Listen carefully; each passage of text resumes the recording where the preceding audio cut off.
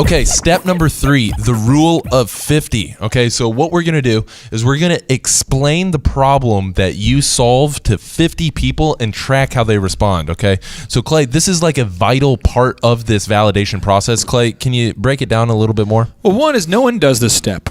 And I don't get it. And I thought about it. I was going, why don't people do this step? I spoke at a there's these groups called like 1 million cups of coffee or something. Then there's like, networking with, mentors. And then there's like the lunch series. And I get invited to speak at a lot of these kinds of things. And I'm speaking at one of them. This guy comes up to me, and I don't know that he exactly sounded like this, but he kind of did. He's kind of like, the guy who lives at the coffee shop. And he's like, bruh, like digital, man, like, why are you talking to 50 people? Because couldn't you just email people, bro? I mean, it just seems like so we have this notable quote I want Marshall to read here. Now, this is from the guys who built Airbnb. Now, Airbnb is the online website where you can use to rent out a room in your house or to rent a room in somebody's house. It is phenomenally successful. It is very disruptive. It is taking the hotel industry by storm because they don't know how to deal with it. When you can stay at someone's house on the beach in Miami, why would you stay in a hotel? Well, some people say it's kind of weird to stay at someone's house and you don't have the level of service, but some people prefer it. So it's a very controversial, disruptive business.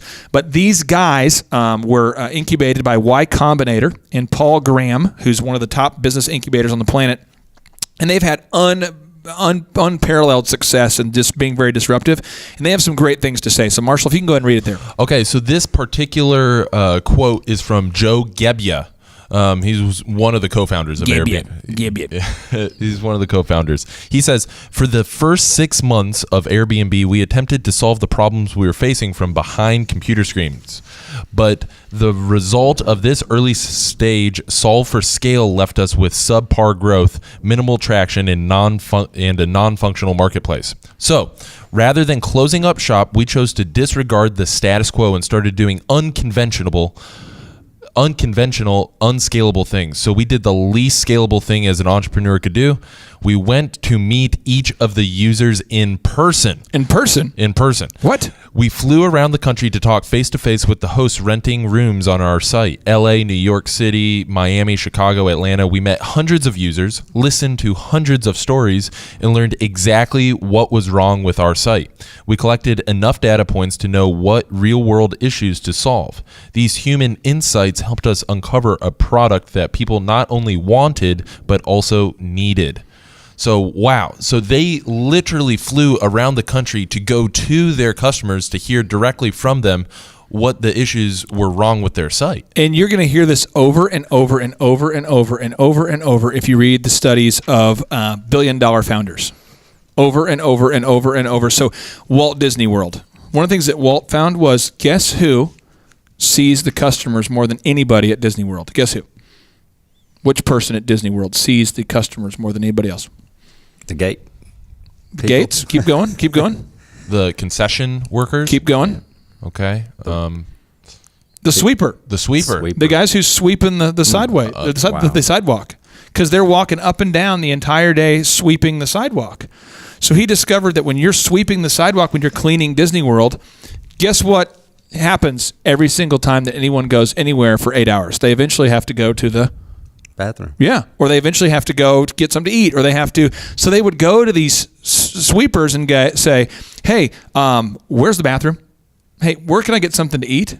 And they realized that the people who were sweeping didn't think that was part of their job description. They thought that they're just sweeping and then over there, over there, over there. So literally, the first day they opened up Disney World, Walt was there, and he noticed that they ran out of water. They had a water shortage kind of thing. And he noticed that, like, he spent his whole day running around serving water, telling people where the bathroom is, telling them where the food was. He's like, that totally ruins your experience if you can't find anything, you know?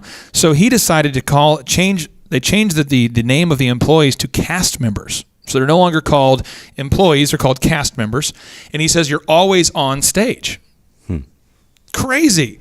So now when they bring in, if you work at Disney World and you're a janitor or you're a sweeper or you're just like when they originally opened Disneyland way back in the day in California, Your job is to actually create an unbelievable experience for families. It's not to cleaning is secondary to the main job of. So when people say, "Hey, where's the bathroom?" At Disneyland, I challenge you to check it out next time you go to Disney World or Disneyland, and you say, "Hey, where's the bathroom?" Those people are like, "Oh, well, hey, let me show you. It's right over here, sir, and let me walk you down here." And they're just super attentive.